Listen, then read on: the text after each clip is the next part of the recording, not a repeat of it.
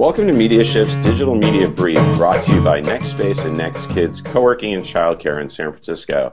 I'm Mark Glaser with guests Alicia Stewart, Nieman Fellow at Harvard, Jeff Yang of the Wall Street Journal, Gustavo Arellano of the OC Weekly, and Digital First Media's George Kelly.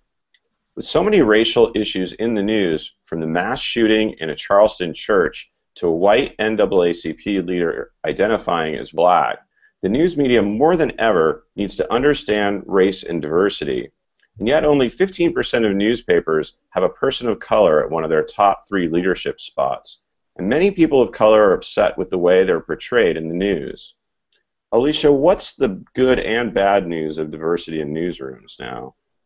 I think the good is that we are in a time of innovation and rapid change, and that is an opportunity to have fresh thinking and fresh start. And I think concurrent with the ideas around digital are demographic change and how demographic change is being covered and who is being covered and how. I think that what we need to be aware of and really thoughtful about is the challenge of articulating those goals from the top of companies and throughout the companies and embracing them and acting on them in ways that are nuanced and thoughtful and effective. And Jeff, do you think that groups like the Asian American Journalists Association and Unity are helping? Unquestionably, they are helping.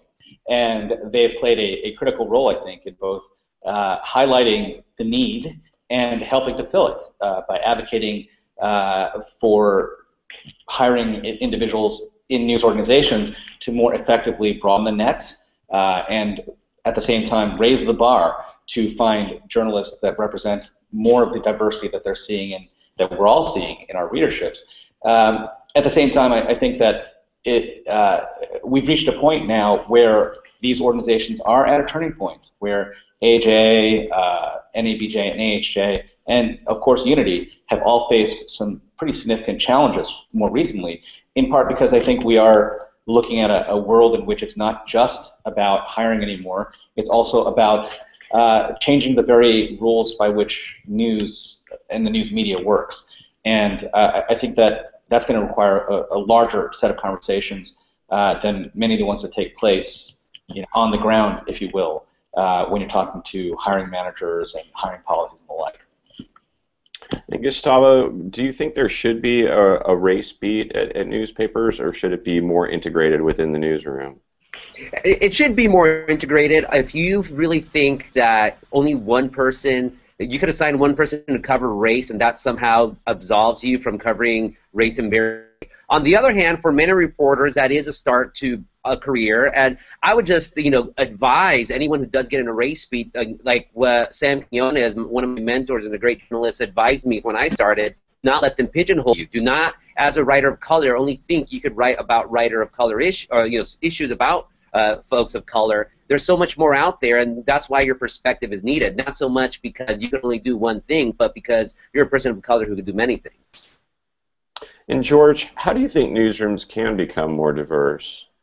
Newsrooms can become more diverse in part through outreach and engagement programs.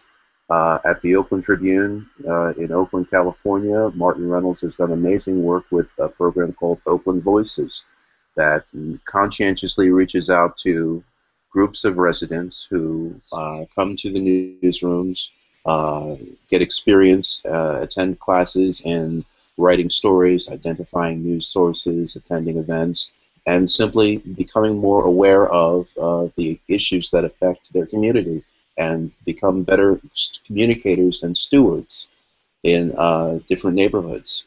There's also a similar program like that in Sacramento. And I also, in addition, reflect on my own experiences as a Chips Quinn scholar intern. Programs like that are still a valuable and necessary pipeline leading not just to newspaper newsrooms, but other news organizations. Yeah, for sure. Well, thanks for joining us for the Digital Media Brief from Media Shift, brought to you by NextSpace and NextKids. Learn more about their pioneering program combining co-working and childcare at nextspace.us/nextkids.